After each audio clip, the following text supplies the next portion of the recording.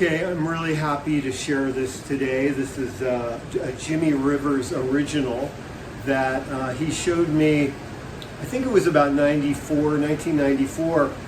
And I have it in the synopsis of the lesson, but when there was I think it was in the late 80s, and I found a record, Brisbane Bop, Jimmie Rivers and the Cherokees. And at first, the sonic quality of it, I didn't embrace, but then I started listening to it and just absolutely fell in love with it. I learned many of the solos. I wrote a song called Swingin' with the Cats, that's on my first record. I was just so influenced by it. And a buddy of mine, Johnny Dilks and I, found out Jimmie was still performing, and a couple hours away from where I was living in the Bay Area in Placerville, and we made a pilgrimage to go down there, and it was amazing. I mean, it was just like hearing Brisbane Bop, but 4 feet away in this little like restaurant bar, and that was great. And we ended up, getting close. We went a few times and ended up, he'd have me sit in and was really supportive. I was way over my head, but he was really, really sweet and generous. And at one point, I went to his house and did this informal guitar lesson. I mean, I don't think we planned on it, but luckily I taped it. And a friend of mine, Brian Dunleavy, just recently went through like a mountain of cassette tapes that I've accumulated of my own stuff and rehearsals and all that, and found this cassette labeled Jimmie Rivers Lesson. And this was on that lesson. And it was a tune that Jimmie wrote that he never recorded, and he showed it to me. He showed me a few things, and I'm going to share them in the next, few weeks. I have to sift through this tape and kind of, find out what are the gems that are worth sharing with you. But I absolutely thought this would be a privilege and a really good lesson, okay? So as the chart indicates, we start on C7 and then go to F7 to B flat, okay? And then to G7. And this is the kind of thing like Jimmie played everything well, but like he owned this kind of stuff. And keep in mind, this is our 2-chord, C7, F7's our 5 of B flat, then to G7, which is kind of a glorified 6 or a secondary dominant of our 2-chord C7, okay? Then it goes to E flat, E flat minor, and then back to the same kind of thing, B flat, G7, C7. So it goes to the 4-chord on the bridge, but I'm getting ahead of myself. Now, the first line is just, okay, now that's, it's a lot of things. I'll just say what it is. It's a chromaticism down to the major third of C. Then we play 5th, 7, 9 in C7. Now, I think that's a lot of things. It's kind of superimposing a G minor over a dominant chord, in this case C7. And there's a lot of ways to look at this, and if whatever way you look at it, if you could transpose it, then you're doing it right. But the way I look at it, this is a whole step above my bar chord. So,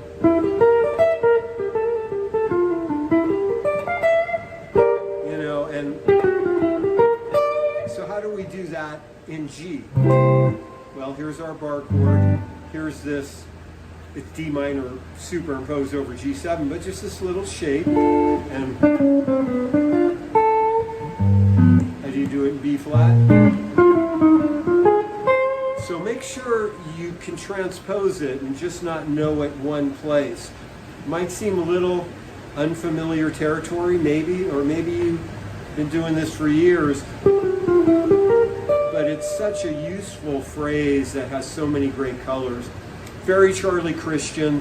This tune is very Charlie Christian, and very much like Rose Room. Now we're at the third diagram, and we're going to go. Now I think of this as part of my F triad. You know, 3, 4, 1, or F, A, C. Okay?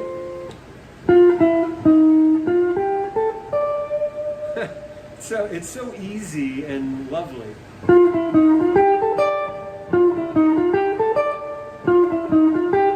So that's F. This is C. How do we do it in F? E flat, sorry. And then back to F. Then it's just kind of 3 blind mice. That's how I play it. And that's indicated on the 5th diagram. I don't want to block the iPhone here, but I want to see.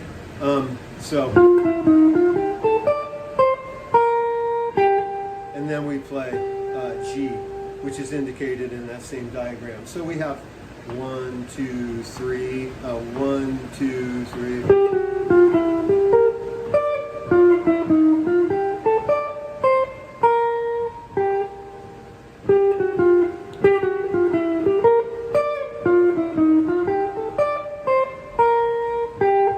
Then there's,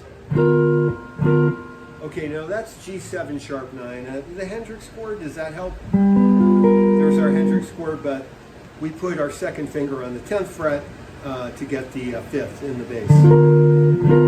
Okay, so we got.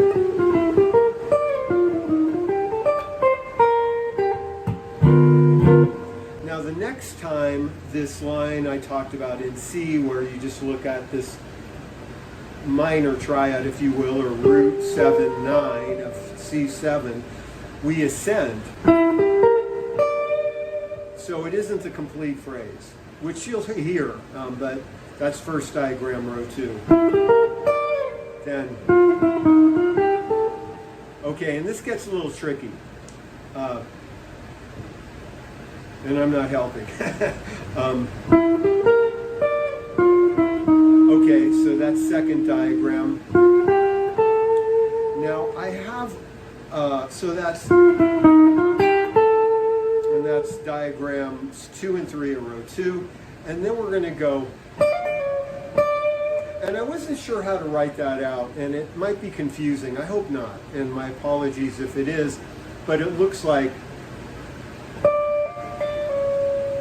well, I guess it's right, but it's weird to write some of these things out that are filled with subtlety. So you go,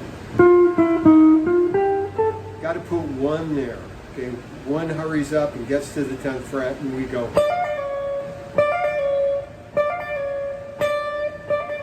I think Jimmy might have went, you know, I think he picked it, so hopefully I'll be able to do that. This is what I generally might do. Sorry. You know, but I think Jimmy did. And it's kind of from that era that he learned. Hank Garland does stuff like, you know, Les Paul would play that. I tend to just, you know, do a slur. And I'm trying to play it as close to him as possible, even though that's impossible for me. And I will include a little snippet of that lesson, hopefully if I can put it up on Patreon, of Jimmy playing it, so you can play along with Jimmy.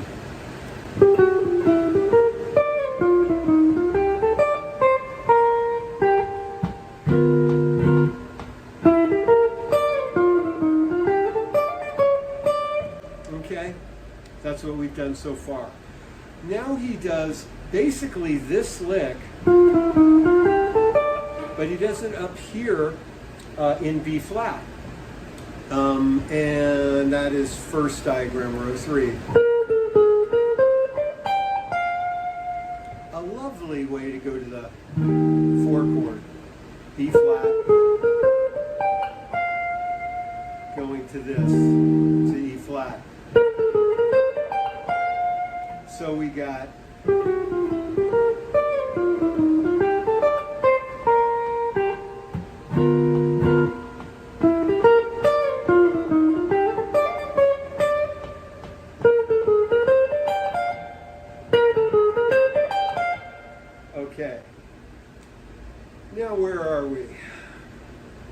That seems to be the thing I say the most during these lessons. Yes. Fourth diagram, row 3, and we have. So that's E flat minor. That's the minor third of our E flat minor.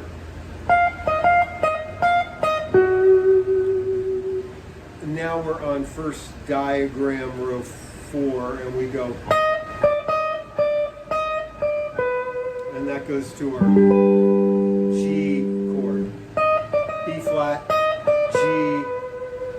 Then this is all in the first ending. He doesn't do this the next time around. We're on the fourth diagram of row 4. Yeah. Then he does this, which again is just filled with subtlety. First diagram, row 5. I think, I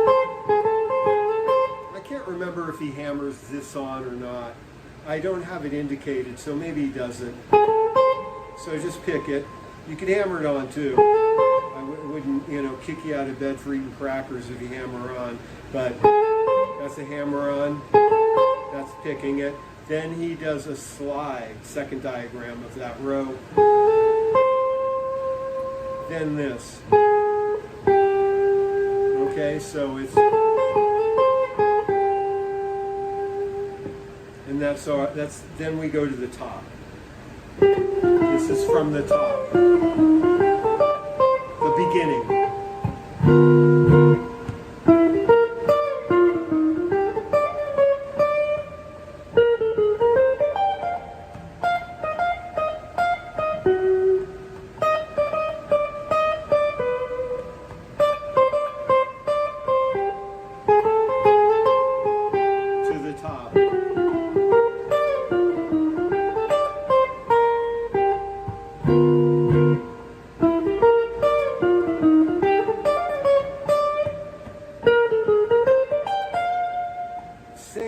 But it's going to go into a second ending, and right now we're at,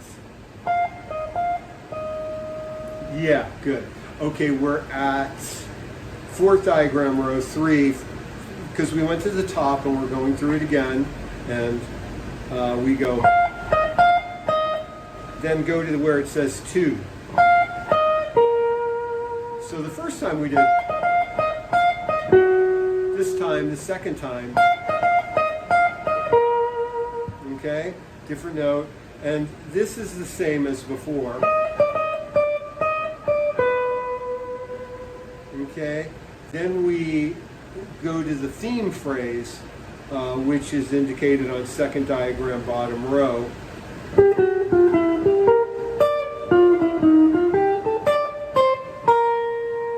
And that's the whole tune.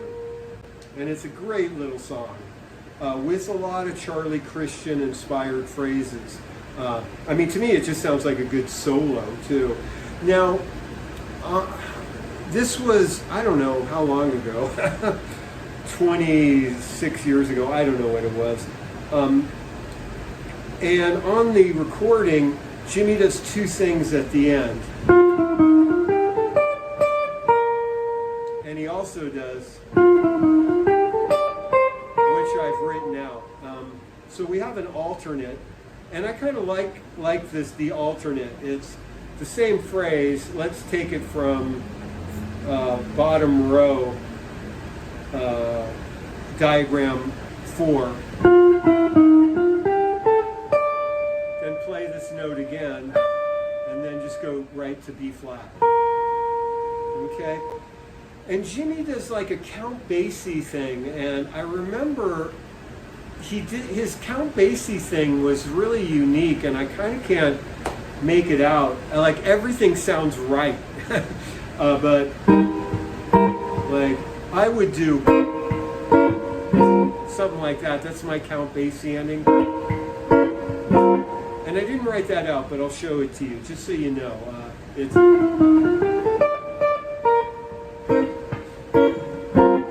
which is an ending, okay? But we have C, E flat, and B flat. Second finger, first finger, fourth finger. You bring these two notes up a half step. Okay, so. And then a B flat 6/9 chord. So that's one. This is another. That's a kind of a bigger one. That's G, E flat, B flat. Then you got to raise this note. Got to reconfigure your fingers. That's G, E, B flat, and then again a B flat 6/9 chord. But I just play strings 4, 2, and 1. Good ending. I kind of like this one. So we could either do one of two of those Count Basie endings.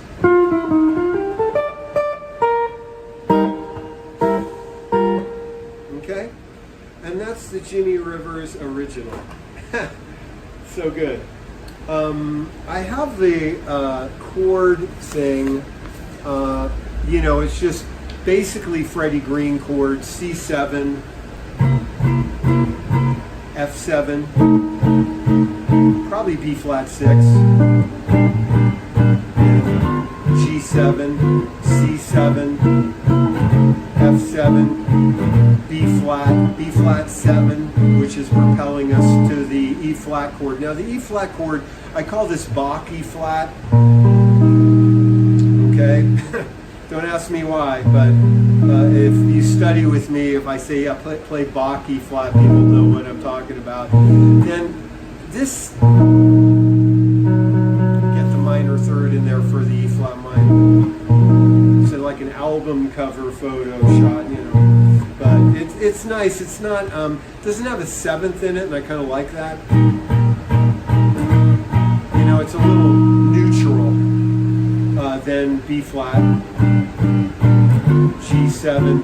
Our first ending, we hold the C7 and hold the F7, very much like Rosary. To the top, F7, B flat, G7, C7, F7, B flat 6, B flat 7. Then E flat, that E flat minor, B flat, G. Now in second ending, C7 just one bar, F7 just one bar, B flat to the top.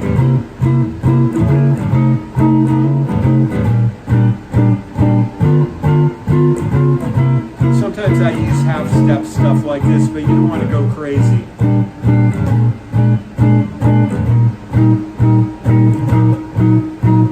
I think you're getting it right. First ending, that's the long one.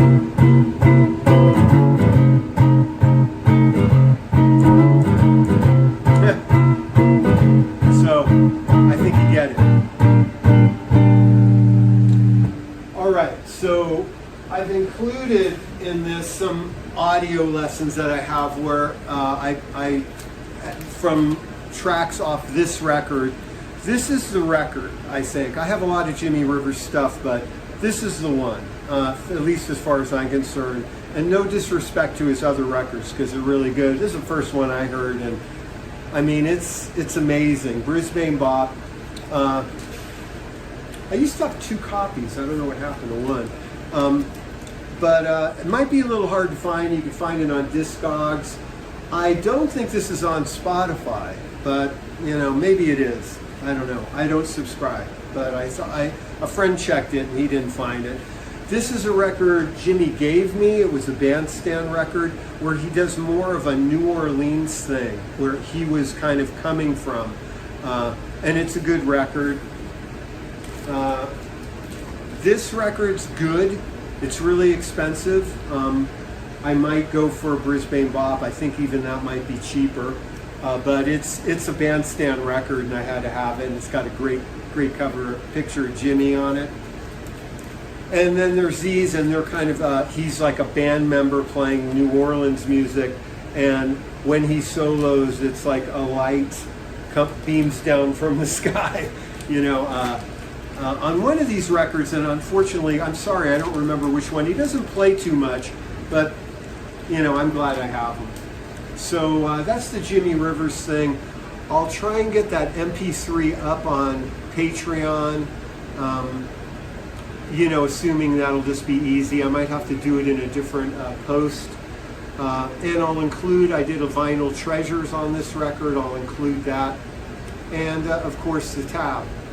So just so honored to share this with you. And I know Jimmy conveyed to me that he wanted some of his ideas to continue and live on. And he mentioned that at this lesson, I don't know if I have it on tape, but that he wanted people to carry the flame. So I hope you play this and internalize it, and it becomes part of your vocabulary, because that would make him happy, and it certainly is a big part of my musical DNA. So anyway, I guess that's about it. Thanks a lot for subscribing to Patreon, and have a great day.